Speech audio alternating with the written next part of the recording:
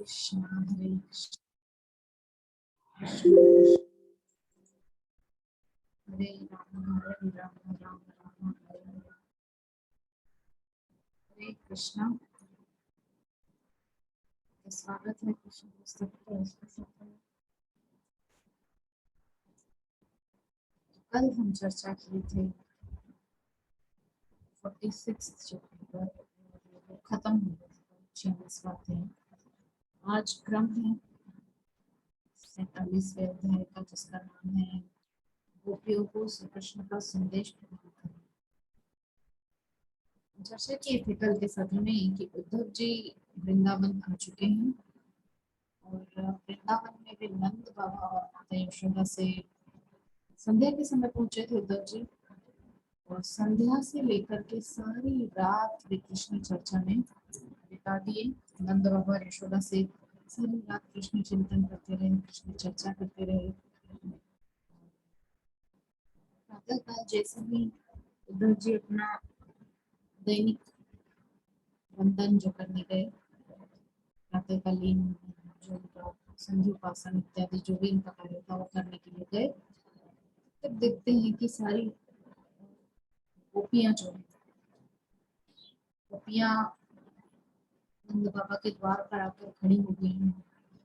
प्रणाम किया है नंद बाबा माता यशोदा को, और साथ ही साथ गोपियां आपस में चर्चा कर रही है कि ये रथ किसका है, कौन आया है इस रथ में, कहीं कृष्ण को नहीं आया है।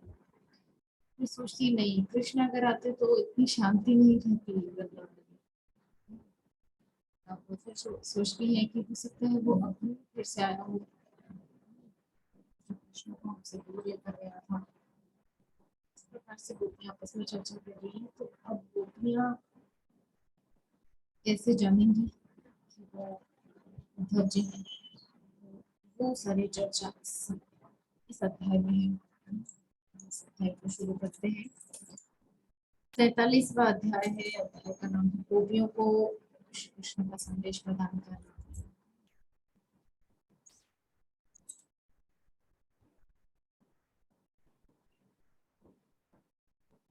जब गोपियों ने उद्धव जी के दर्शन किए तो उन्होंने देखा कि उनकी और श्री कृष्ण की मुखाकृति में अत्यधिक साम्य था। समझ गई कि वे श्री कृष्ण के एक महान भक्त हैं। उनकी भुजाएं लंबी लंबी थी और उनके नेत्र कमल दल की भांति थे। उन्होंने पीत वस्त्र धारण कर रखा था और कंठ में कमल पुष्पों की माला थी।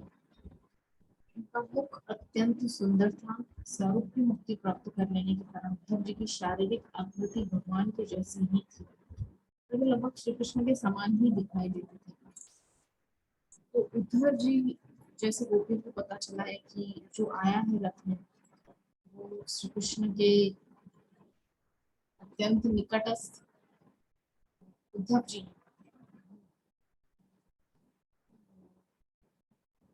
पहले के अध्याय में हम चर्चा कर भी चुके हैं। उद्धव जी हैं श्री कृष्ण के कजिन है, उनके पिता के भाई के पुत्र हैं। इसलिए कजिन ब्रदर, कजिन ही बोला जाता, कजिन ब्रदर नहीं बोला जाता।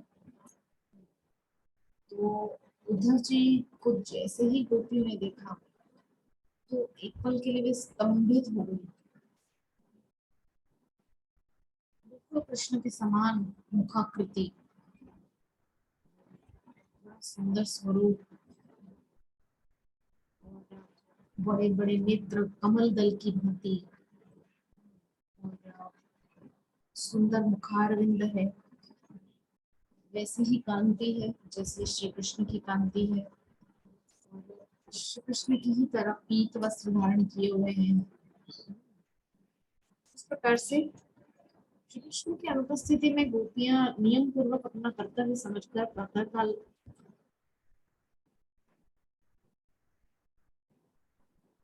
माता यशोदा के घर आती थी। उन्हें ज्ञात था कि माता यशोदा तथा नंद महाराज सदा दुख से आतुर रहते हैं तथा वृंदावन के वयोवृद्ध व्यक्तियों में सर्वश्रेष्ठ नंद व यशोदा के पास आकर उन्हें प्रणाम करना उन्होंने अपना मुख्य कर्तव्य बना दिया था। कि श्री कृष्ण जब से गए, जब से श्री कृष्ण वृंदावन को, ब्रज को, वासियों को छोड़ करके अपने भैया बलराम के साथ आ गए, तब से गोपियों ने एक रूटीन बना दिया था, एक नियम बना दिया था। क्या? कि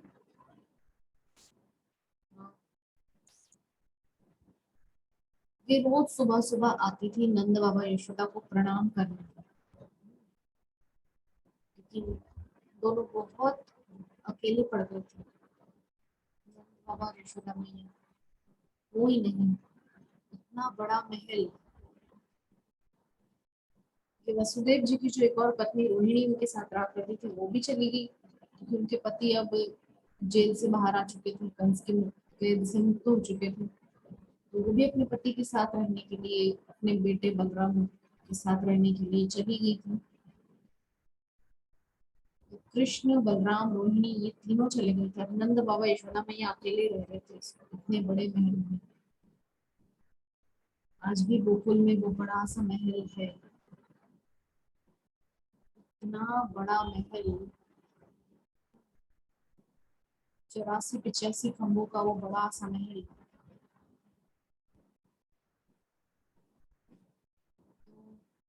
इस प्रकार से नंद बाबा यशोदा मैया बिल्कुल अकेले रह रहे थे उस बड़े से महल में। वो दोनों एकांत जीवन बिता रहे थे, इसीलिए हरे कृष्णा माता जी, दंडवत प्रणाम।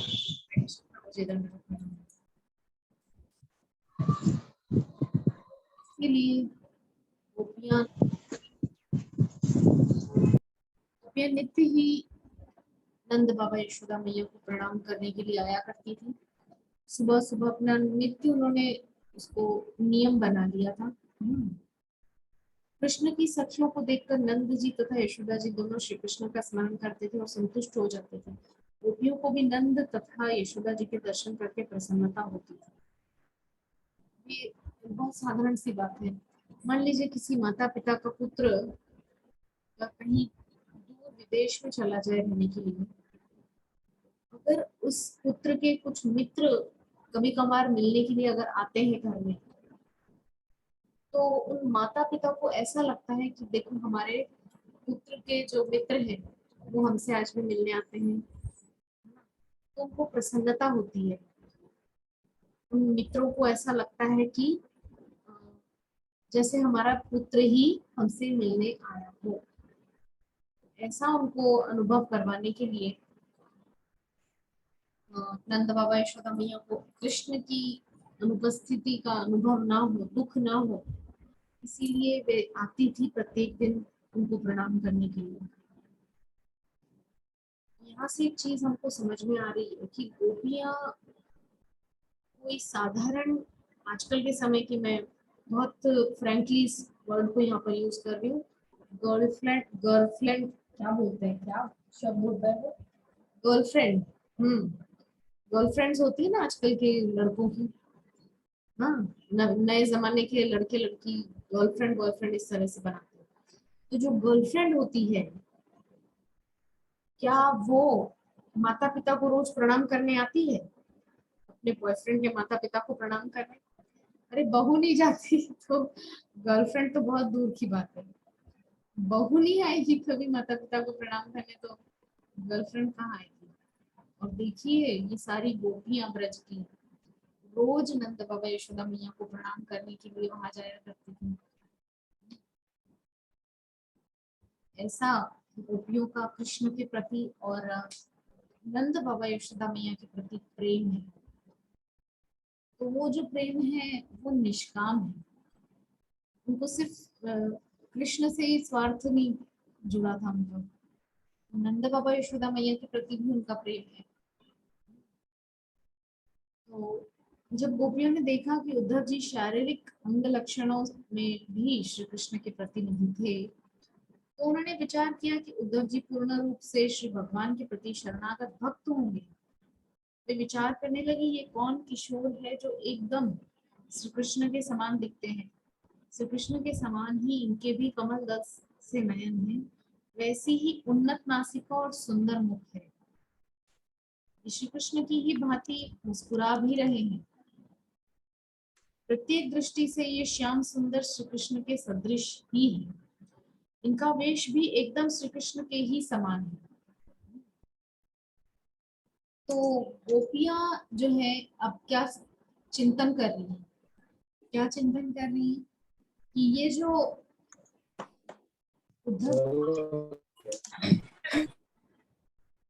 उद्धव जी वहां पर प्रस्तुत हुए हैं, उद्धव जी जो आए हैं ब्रज में,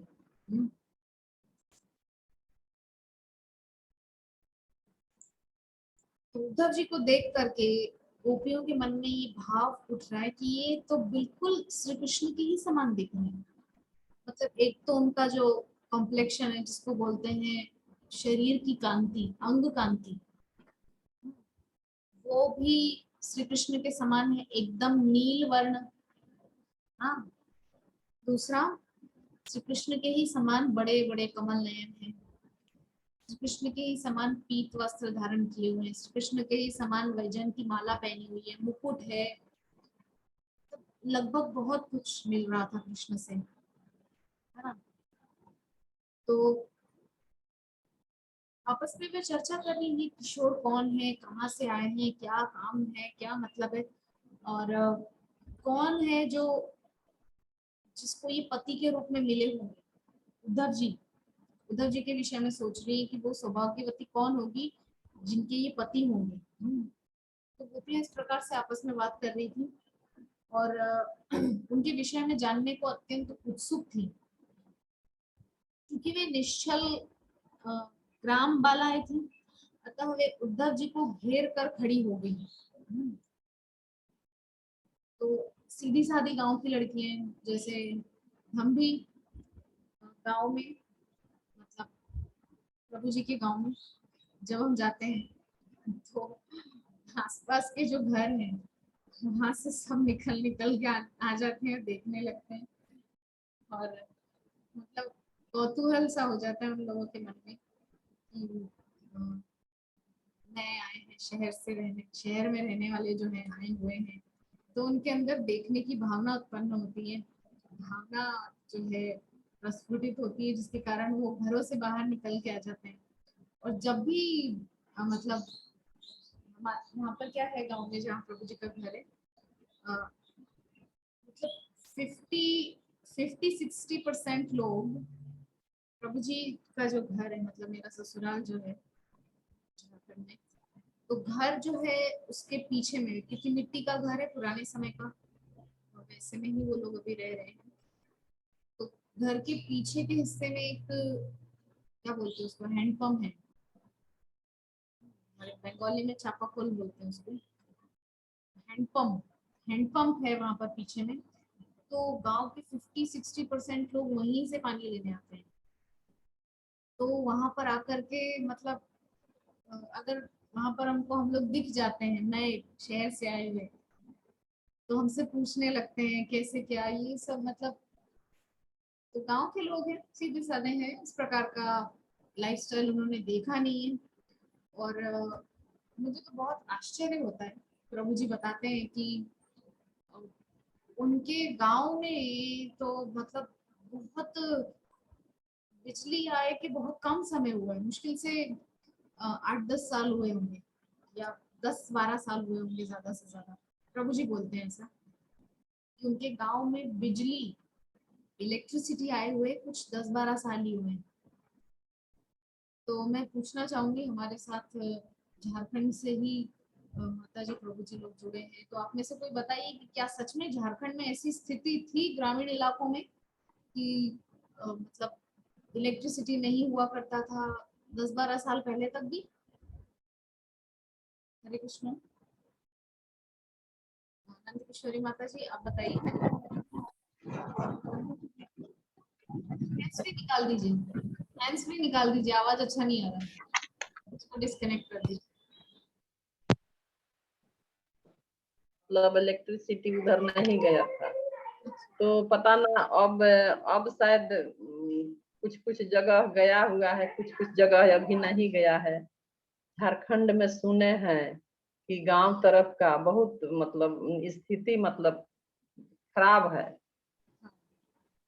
और पानी के लिए, पानी के भी स्थिति खराब है। पानी के लिए भी एक जगह कितने आदमी आते हैं पानी इकट्ठा मतलब ले जाने के लिए, वहां भी लाइन लगाना पड़ता है पानी के लिए, बर्तन ले ले करके अपना आते हैं लोग। ये तो बात सही है। तो ये देखिए आज भी हमारे देश में ऐसी व्यवस्था ऐसी अवस्था है।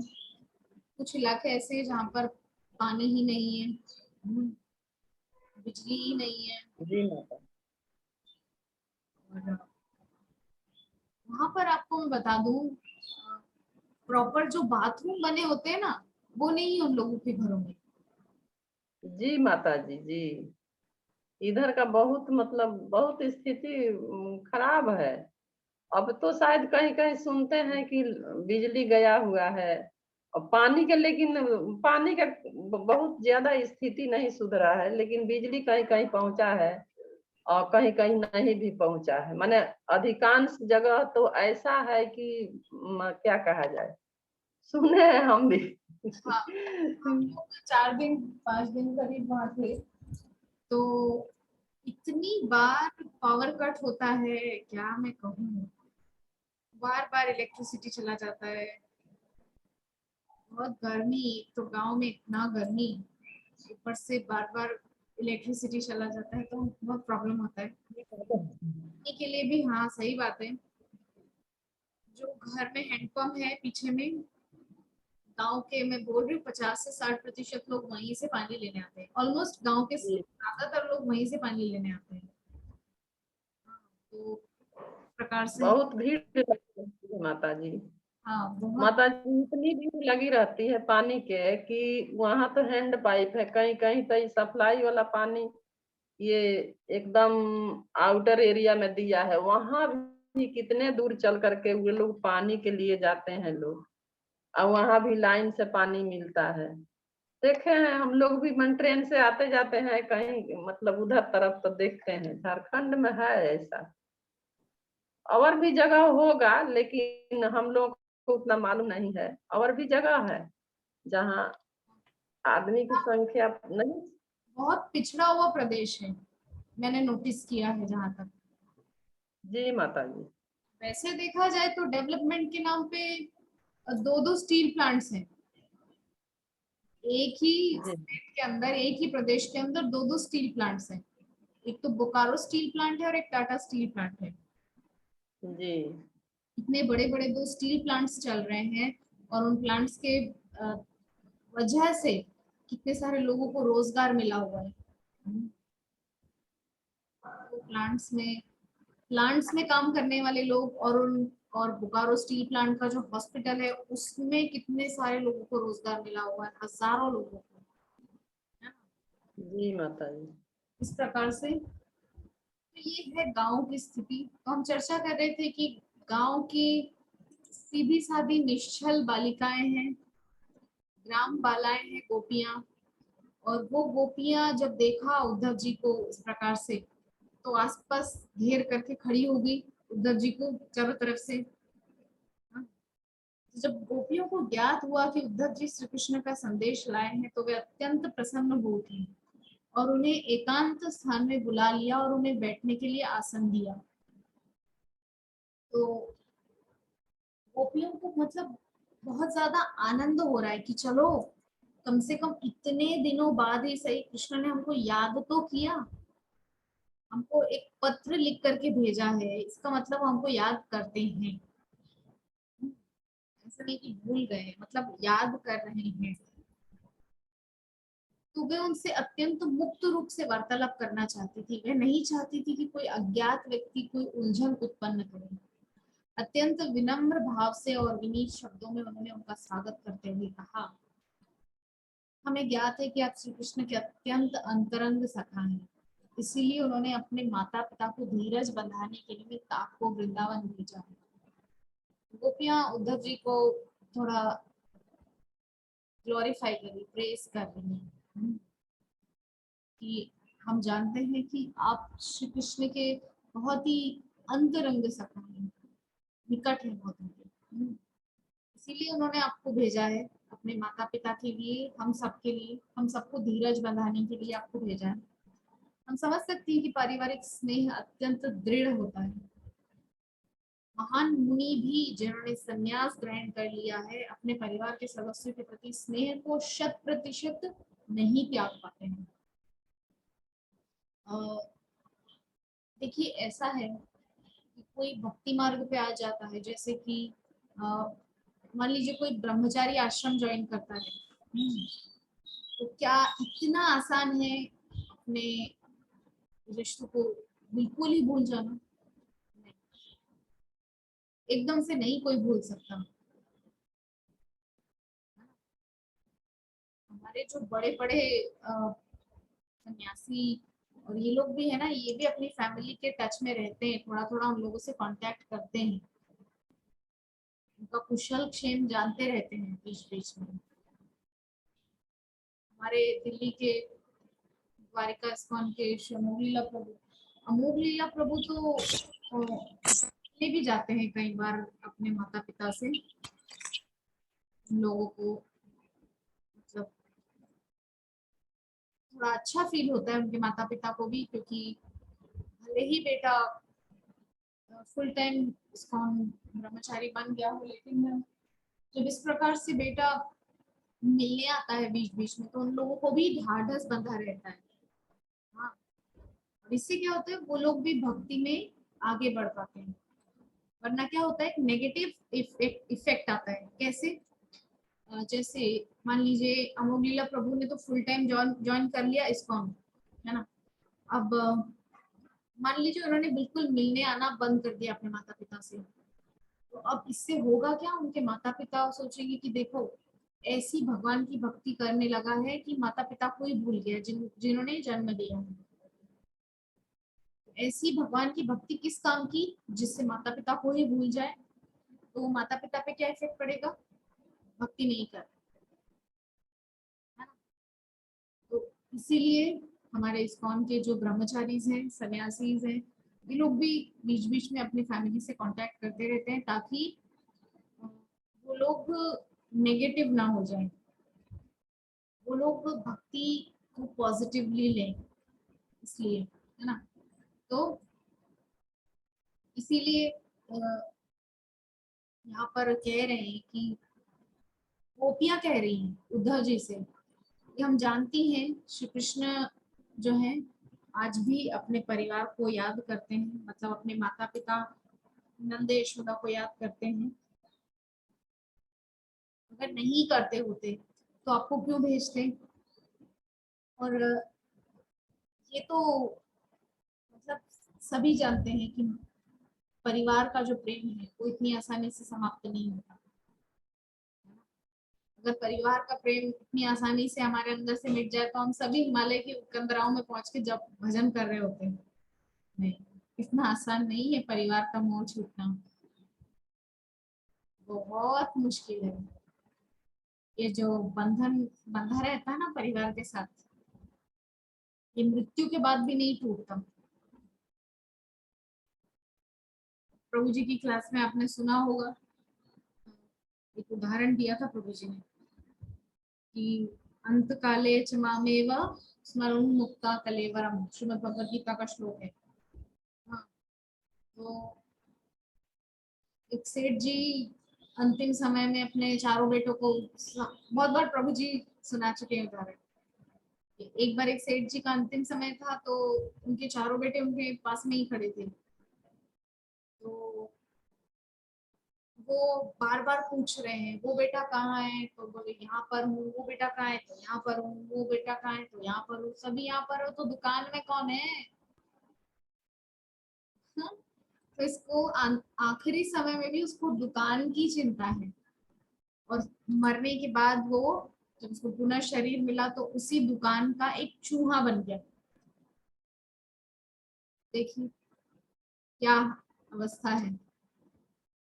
तो इससे समझ में आता है कि जो परिवार का जो मोह है, जो धन संपत्ति का मोह है, जो जो जो हमसे जुड़ा हुआ है उसका जो मोह है वो छूट पाना इतना आसान नहीं है। लेकिन इससे छूटने का एक साधन है, वो ये कि हम नित्य अपने चित्त में इस बात का चिंतन करें कि हम सभी केवल कृष्ण के दास हैं। हम एक दूसरे से हमारा कोई संबंध नहीं है, और है तो वो भी टेम्परेरी है आज रहेगा कल नहीं। तो ऐसा टेम्परेरी रिलेशन जो खत्म होने वाला है उसकी चिंता हम क्यों करें। हम कृष्ण के दास हैं, चिर दास हैं, हमेशा से हम उनके दास रहे हैं। तो जो रिश्ता हमेशा से है और हमेशा रहेगा उसका अगर हम चिंतन करते रहते हैं तो उससे ही होता है ना कि हम अपने माइंडसेट में इस बात को समझ जाते हैं हम कृष्ण के दास हैं, हम शरीर नहीं है। तो इस वजह से हम आसानी से अपने आप को मतलब मुक्त कर पाते हैं इन बंधनों से। तो अतः श्री कृष्ण ने आपको अपने माता पिता के पास भेजा है, अन्यथा वृंदावन में अब उनका कोई प्रयोजन नहीं है। अब वे नगर में है, और वृंदावन ग्राम अथवा गायों की गोचर भूमि के विषय में जानकर उन्हें क्या करना है। इन सब बातों का श्री कृष्ण के लिए अब कोई उपयोग नहीं, क्योंकि अब वे नगरवासी हो गए हैं, नगर निवासी हो गए हैं। तो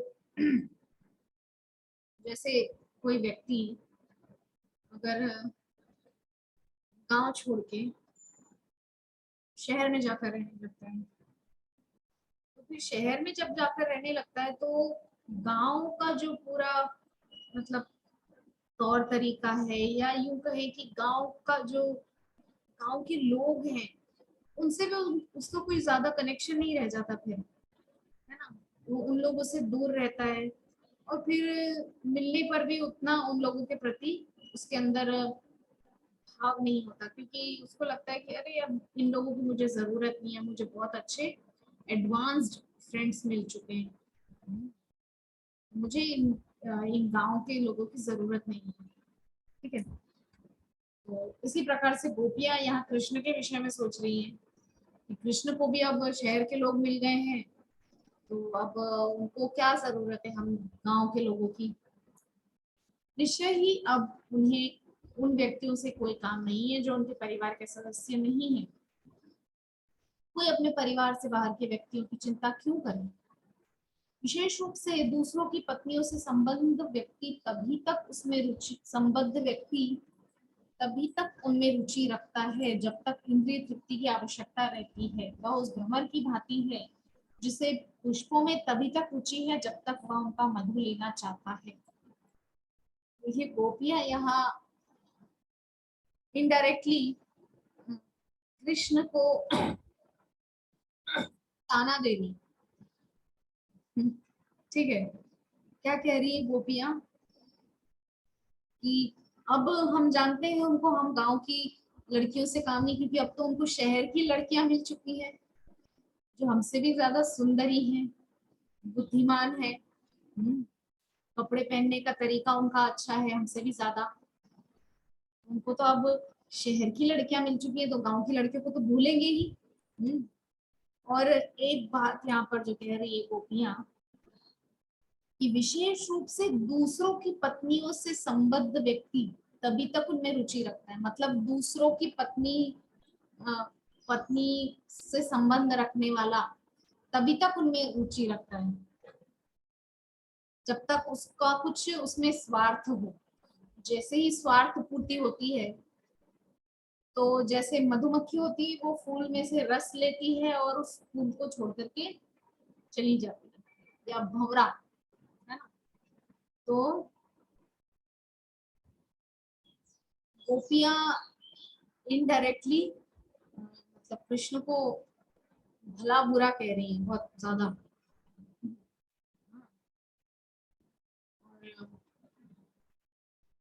कृष्ण कृष्ण को बोल रही है कि इंद्रिय तृप्ति मतलब उनकी हमसे इंद्रिय तृप्ति हो चुकी है, इसलिए अब वो हमको भूल चुके हैं। तो कहाँ कृष्ण की इंद्रियां, कहाँ कृष्ण की इंद्रिय तृप्ति, वो तो सर्वथा इस सबसे परे है। हाँ, लेकिन ये गोपियों का भाव है ना? गोपियों का प्रेम है इस प्रकार से कृष्ण के प्रति, तो वो बोल सकती है, हम नहीं बोल सकते, हमारी इतनी सामर्थ्य नहीं है। यह अत्यंत मनोवैज्ञानिक एवं स्वाभाविक है कि जैसे ही प्रेमी का धन समाप्त होता है, वैसे ही वैश्या की उसमें रुचि भी समाप्त हो जाती है। इसी भांति जब नागरिकों को ज्ञात होता है कि शासन उनकी सुरक्षा करने में असमर्थ है, तब वे उस देश को त्याग देते हैं। गोपियां कह रही है कि प्रेमी और वैश्या, धुंधुकारी का प्रसंग श्रीमद् भागवतम में हमने सुना है। तो धुंधुकारी जो था, गौकर्ण और धुंधुकारी दो भाई, आत्मदेव के पुत्र। उसमें महात्म्य में, श्रीमद् भागवतम के महात्म्य में, तो उसमें धुंधुकारी जो रहता है वो घर में जितना धन था पिता का वो तो समाप्त कर ही चुका था, उसके बाद चोरी करने लगा था। एक बार राजा के घर से चोरी करके आया था। तो वो जो वेश्या है उसने 5 घर में रखी हुई थी। उन्होंने सोचा कि देखो अब ये तो किसी काम का नहीं रहा, इसके खुद के पास तो धन है नहीं, चुरा चुरा कर लाता है, और आज तो राजा के घर से चुरा कर लाया है। अगर हम इसके साथ रही तो राजा इसके साथ में हमको भी पकड़ेगा, इसीलिए एक काम करते हैं, इसको तो मार देते हैं। धुंधुकारी को जलते हुए कोयले, पहले तो विष खिला देती है उसको भोजन में, ठीक है, भोजन में विष मिलाकर दे देती है, फिर भी लगता है कि शायद कहीं बच जाएगा, तो जलते हुए अंगारे चूल्हे में मिट्टी के चूल्हे होते थे ना पहले के समय, उसमें जलते हुए लकड़ी वाले अंगारे, वो अंगारे ला करके उसके मुख में डाल देती हैं धुंधुकारी, ठीक है, तड़प तड़प के वो धुंधुकारी वहां पर मर जाता है।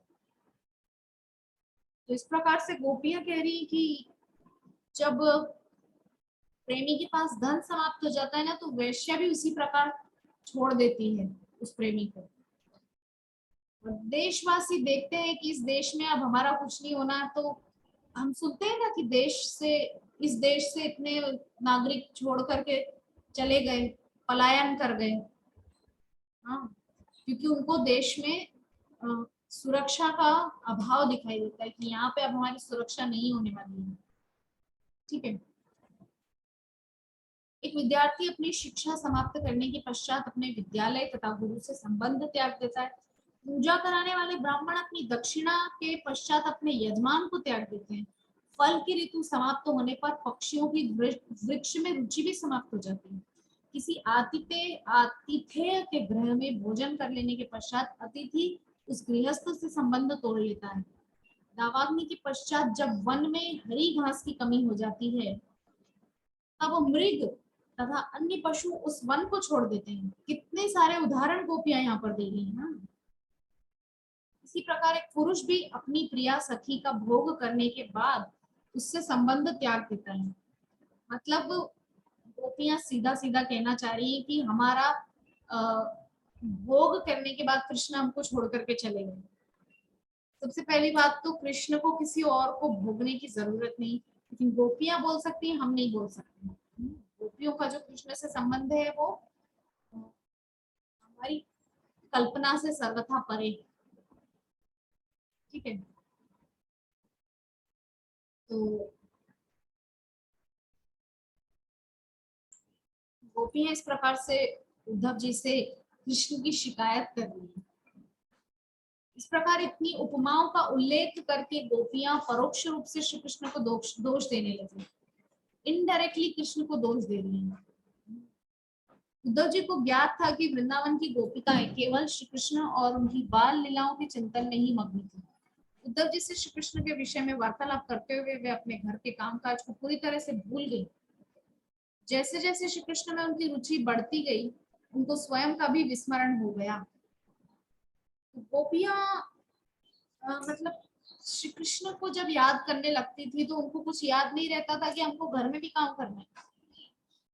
चूल्हा जला रखा था कि कुछ उस पे भात बैठाएंगी, दाल बैठाएंगी या उस पे रोटी बनाएंगी, कुछ काम करेंगी, लेकिन सब भूल जाती हैं गोपियां।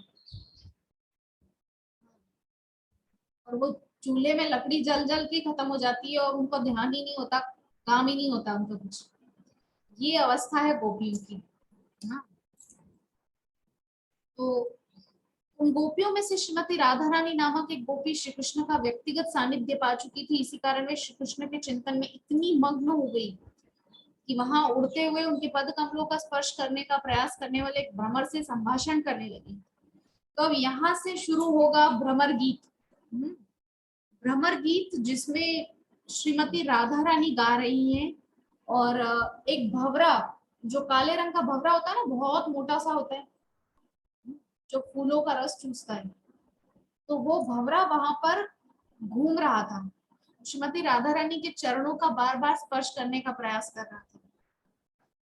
तो श्रीमती राधा रानी उसको उद्देश्य, मतलब श्री कृष्ण को उद्देश्य करके उसको कुछ बोल रही है, भंवरे से बात कर रही है, भंवरे को डांट रही है, चिल्ला रही है कि मेरे पास मत आओ, दूर रहो मेरे से। तो इस प्रकार से भ्रमर गीत की चर्चा हम कल के सत्र में करेंगे। आज के सत्र में हम इतना ही चर्चा करेंगे। तो आज जो हम चर्चा किए इससे संबंधित अगर कोई प्रश्न या इसके अलावा भी कोई प्रश्न जिज्ञासा आप लोगों के मन में हो, आप पूछ सकते हैं। हरे कृष्ण।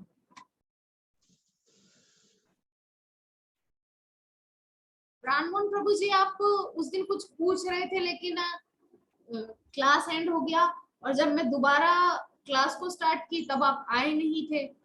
तो वो प्रश्न क्या था? हमको लगा खत्म हो गया माता जी, दिमाग में भी अब मतलब विस्मृत हो गया। हम जुड़े थे फिर से, आप पूछिएगा नंद किशोरी माता जी, हम जुड़े थे ना फिर से? हाँ जुड़े होंगे, लेकिन हमको लगा कि क्लास एंड हो गया। हाँ, तो हम आपका वेट कर रहे थे कि आप आएंगे और फिर से प्रश्न को दोहराएंगे। तो अब दिमाग से निकल गया वो प्रश्न, क्या पूछे थे क्या किए थे, दिमाग में भी नहीं है माता जी। अच्छा, कोई बात नहीं। तो अगर इसके अलावा कोई प्रश्न हो आपके मन में तो पूछ सकते हैं। तो गोपियां जो इतना प्रेम करती हैं तो वो ये जानती हैं कि ये भगवान कृष्ण हैं इसलिए प्रेम करती है, या वो ये अपना लवर जान करके प्रेम करती हैं, या किस तरह का प्रेम है? देखिए, गोपियों की जो स्थिति है ना, वो हमारी कल्पना से सर्वथा परे है।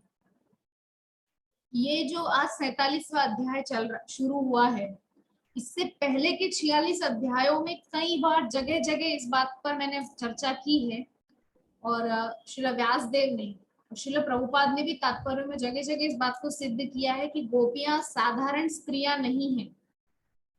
ठीक है, ये कैसे सिद्ध होता है?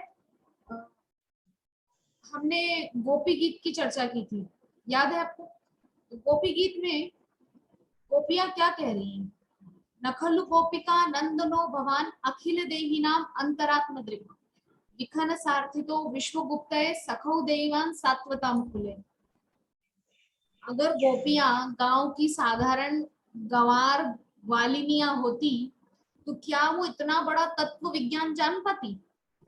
जो भगवान श्रीमद् भगवत गीता में बोल रहे हैं कि जन्म कर्म च मे दिव्यम एवं जो वेत्ति तत्वतः त्यक्त्वा देहम पुनर्जन्म नैति मामेति सोऽर्जुन, कि मेरे जन्म कर्म, मेरी जन्म आने की लीलाओं को और मेरी जो लीलाएं यहाँ पर पृथ्वीलोक में होती हैं, उन सब लीलाओं के मर्म को जो समझ जाता है, उसके दिव्य तत्व को जो समझ जाता है, एवं यो वेत्ति तत्वतः, तो त्यक्त्वा देहम पुनर्जन्म नैति मामेति सोऽर्जुन, तो वो शरीर को त्यागने के बाद वो फिर यहाँ पर नहीं आता, वो फिर मेरे धाम को चला जाता है। तो अच्छा, ऐसी गोपियां जो भगवान के तत्व को जानती हैं, वो कोई साधारण स्त्रियां तो हो नहीं सकती। क्या बोल रही है गोपियां? नखलु गोपिका नंदनो भवान, आप नंद यशोदा के पुत्र नहीं हो। नखलु गोपिका नंदनो भवान अखिल देही नाम अंतरात्म दृक्, आप कोई साधारण ग्वाल बाल नहीं हो, हम जानती हैं आपका मर्म। गोपियां क्या कह रही है? अंतरात्म दृक्, आप सबकी आत्मा में जो परमात्मा रूप में जो रहते हैं। आप श्रीमद् भागवतम पढ़ रहे हैं प्रभु जी, उसमें जगह जगह आप पढ़ रहे होंगे कि परमात्मा रूप में हृदय में विराजमान है भगवान। आप हिंदी में ही पढ़ रहे हैं ना श्रीमद् भागवतम जी। तो उसमें आपने जगह जगह ऐसा पढ़ा होगा, तात्पर्य में प्रभुपाद ने वर्णन किया है कि भगवान सबके हृदय में परमात्मा रूप में विराजमान है जी। है ना। तो वही परमात्मा की चर्चा गोपियां कर रही हैं गोपी गीत में। क्या कह रही? नखलु गोपिका नंदनो भवान अखिल देही नाम अंतरात्म दृक्, आप सभी देहात मतलब देहधारियों के अंदर में परमात्मा रूप में विराजमान है। विखन सारथी तो विश्वगुप्त सखो देवान सात्वताम कुले, विखन बोलते हैं ब्रह्मा जी को। जब ब्रह्मा जी प्रार्थना किए, हम पहले अध्याय में चर्चा किए थे, इस कृष्ण बुक के पहले अध्याय में क्या चर्चा किए थे कि ब्रह्मा जी गए थे पृथ्वी को साथ में लेकर के जो कि बच्चों को और गायों को लेके चले गए थे। नहीं नहीं नहीं जो नहीं मतलब एक ग्वाल बाल था दोस्त उनका, जो कि मट्ठा 2 दिन या 3 दिन का था, तो वो पी करके आया था, तो वो चाटने लगे थे। तो वही ब्रह्मा जी को आश्चर्य हुआ कि ये तो भगवान नहीं हो सकता है, क्योंकि ये जो है एक साधारण अति के तरह जो है बच्चों का जूठन चाट रहा है या अति कर रहा है। तो ये लेकर के वो जो है गाय के बछड़ों को और जो ग्वाले थे जो गाय चराने गए थे उसको लेकर के चले गए थे। देखिए ब्रह्मा जी को भी भ्रम हुआ है, तो यहाँ पर वही मैं जो चर्चा कर रही हूँ वो मैं ये चर्चा कर रही हूँ कि ब्रह्मा जी जब कृष्ण आए नहीं थे, मतलब देवकी वसुदेव के पुत्र के रूप में आए नहीं थे, लेकिन आने वाले थे। तो इसकी चर्चा कहाँ से शुरुआत हुई थी? पृथ्वी को गाय के रूप में पृथ्वी गई थी, सर्वोदक्षाई विष्णु और ब्रह्मा जी गए थे सारे देवी देवता भगवान से प्रार्थना करने कि पृथ्वी पर आतंक बढ़ रहा है असुरों का। तो भगवान ने कहा था कि मैं आऊंगा वसुदेव देवकी के पुत्र के रूप में। तो वो चर्चा गोपियां कर रही हैं, विखन सार्थितो विश्वगुप्त सखौ देवान सात्वताम कुले। अच्छा, वो चीज गोपियां कैसे जानती हैं? गोपियां तो ब्रज में कुछ सालों से हैं, लेकिन वो चीज भी गोपियां जानती हैं कि ब्रह्मा जी ने प्रार्थना की थी कि असुरों का आतंक बढ़ गया है तो आप पृथ्वी पर आइए। इसीलिए गोपियां कोई साधारण स्त्रियां नहीं। ये हमारा मीटिंग एंड हो गया है, आप लोग तुरंत फिर से जुड़ जाइए। हमारी किरण माता जी का भी आई थिंक कोई प्रश्न है, तो हम वो प्रश्न भी लेंगे। हमारे साथ आज हमारे माता जी जुड़े हैं दिल्ली से, तो आप लोग फिर से जुड़ जाइए। हरे कृष्ण।